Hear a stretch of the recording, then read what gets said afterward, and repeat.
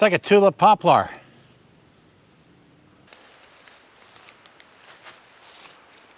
Some yellow birch over there, but I don't think I'll be getting that.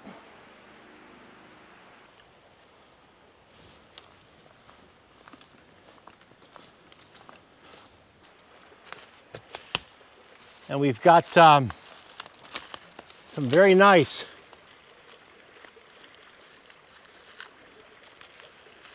yellow birch. Hey everybody, it's the Walker. So what are we doing today? Well, today is a windy and increasingly buggy day in the woods. And today I'm going to do a tribute to Jeff White. For those of you who don't know, Jeff White is a knife maker. Unfortunately, a year or so ago, I found out that he was stricken with some serious health challenges and was no longer making knives. This hit me kind of hard.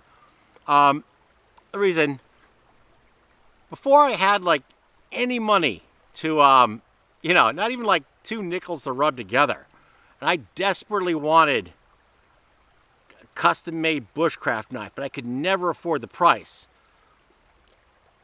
I was able to get this knife, ones like these, for like $45, which was a major decision for me at the time, but it really was quite, actually I found it to be amazing. So let's take a look at these knives and we'll talk more on the topic. Here are all my knives.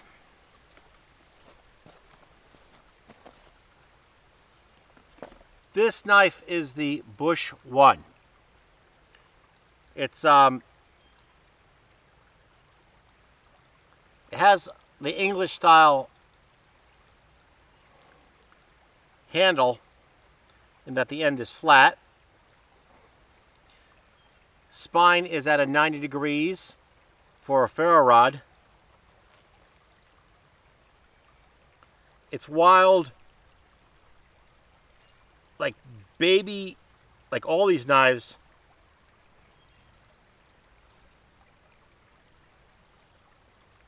Look at that.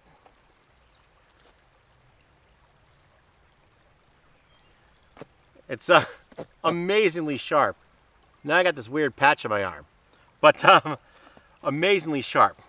The sheath that it came with, this is Jack Russell USA leather. I believe this combo is still available on eBay. I paid like 60 bucks for it, shipped or something like that.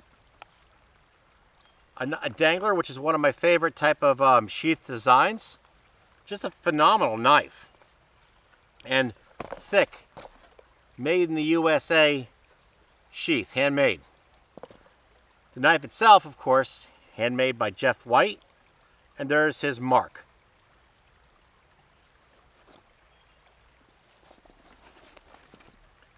This is the Curly Maple. Phenomenal knife. This has the French style handle. Rounded. And it is perhaps one of the most comfortable handles on any knife. Very simple. Yet fits perfectly. That's nice. I can choke up on it. Wild sharp. You can see the tool marks. These are working knives, so they're not. I got a lot of trips out of these knives, so these are not. They're not show knives or anything like that. So he's not polishing this stuff off. Although I think he did make some later on that were a bit more refined. Again, this is his mark. This one's 1/8 inch thick. This one is thinner. This is about as thick as a Mora number 2 or a modern day companion. I got this primarily to baton with. For I think it's called batoning. So that's my primary use. Why I bought this knife originally, but it was just a general all-around good knife. Now when I got the knife, the tip was slightly rounded.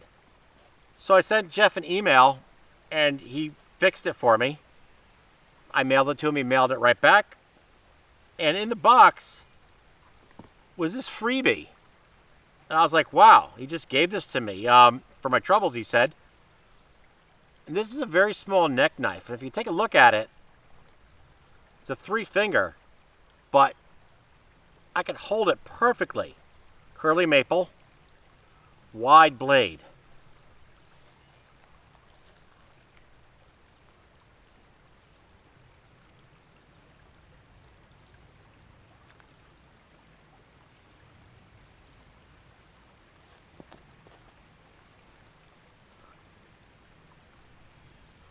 Like all the rest, crazy sharp. The type of sharp that you show your friends to just impress them. And because these are convexed, it's very easy to sharpen. A little bit of sandpaper with some like foam or a mouse pad, and you just sharpen it by hand. Incredibly easy to sharpen, yet the 1095 steel is properly heat treated. So it's just awesome. Awesome all around.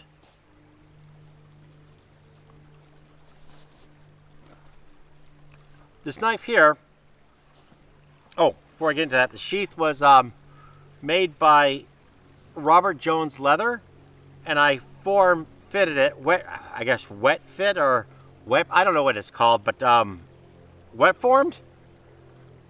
I did that. Now, Jeff White made knives for the Pathfinder store, and at one point Robert Jones was also making sheaths for them.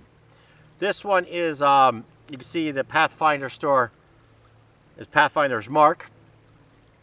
This I bought as a second, so the sheath only cost me about $20. Fits this knife wonderfully as a fire steel loop. I would feel totally 100% confidence going in the woods with this combination with a fire steel. I mean, without any doubt. Nice 1/8 inch, which is my ideal thickness in my opinion for a bushcraft knife.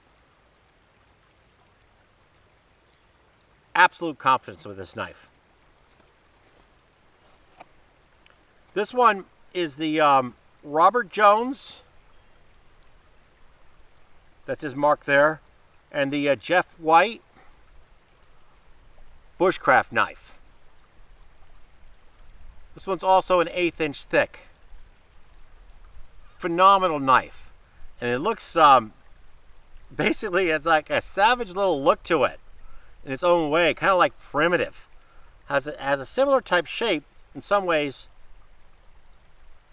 to the Bush One, but in other ways a little bit, because it has a little bit of a bend to it, kind of like that, but it's its own design too. Excellent knife. Feels great in the hand. This one is more of the English style, whereas this one here, rounded, and this one is more of the French style. I actually prefer the rounded end, or the French style over the English, but they're both excellent. And Robert Jones made the sheath. I don't know if, he used to go by the name Beowulf over on the Bushcraft USA forums. I don't know if he's still selling the sheaths on eBay. Yeah, look at that, thick, solid sheath. Perfect for this knife. Retention.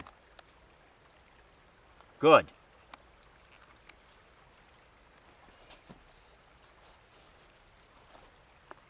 This is his French trade knife. Sheath is just something I got on knife kits. It's like $8 a sheath, or maybe $3. It's not a particularly great sheath, but I use it for a lot of my smaller knives that don't have a sheath. Has the curly maple, comfortable French style handle. This is the short version of this trade knives. Got to watch that little sharp point right there. So you got to keep mindful of that.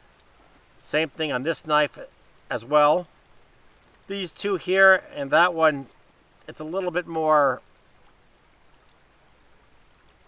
kind of like that, so it's less of an issue, but it's not really a problem if you get used to it.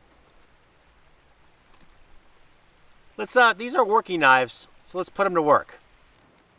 We're going to use the Bush One and the curly maple butcher type knife or Kephart or whatever you want to call it pattern to split up some wood, start ourselves a ferro rod fire, a small one because we're on the trail, cook up some sacred bacon in honor of Jeff White and his knives.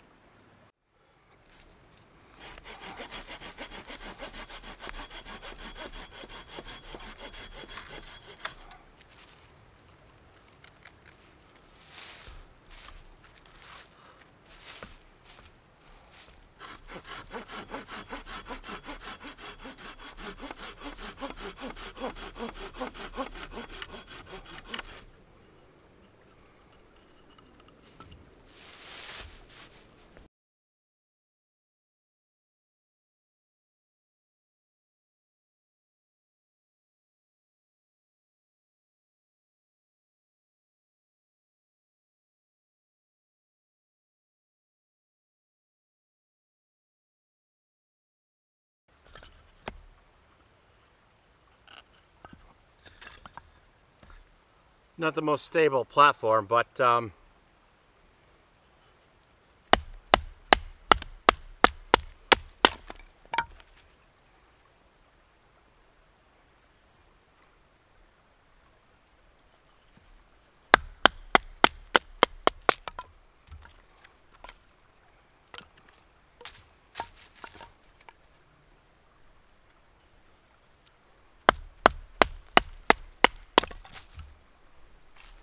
splitting like a champ.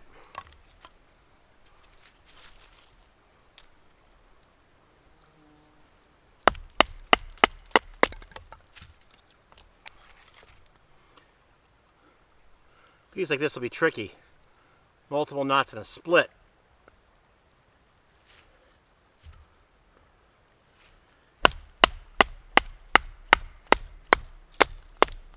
Ah, right through it.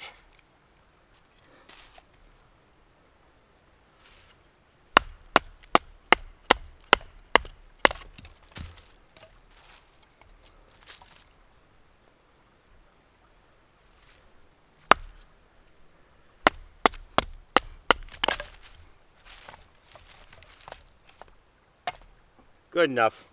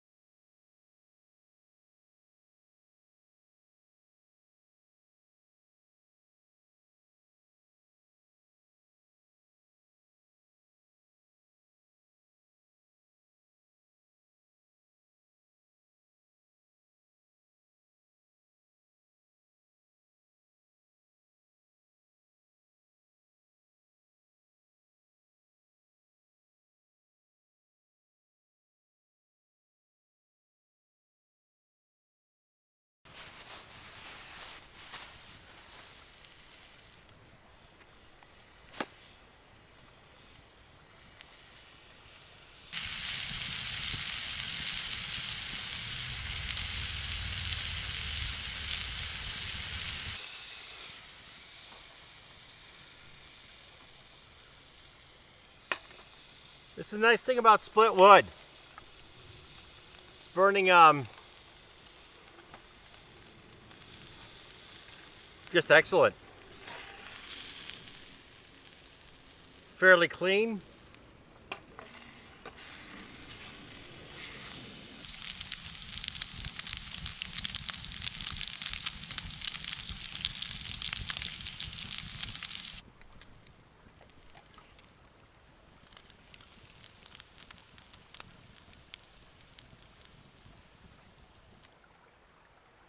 Let's try the sacred. In this case, tribute bacon. It's good. We've got about 4 miles to go. It's getting dark, so we need to get a move on it. I don't know what's going on with you, brother, but thank you for making truly wonderful knives. I'll put up some links where, you know, where people can get the remaining Jeff White knives. If you want to get one, my advice, don't wait, because time is not on your side.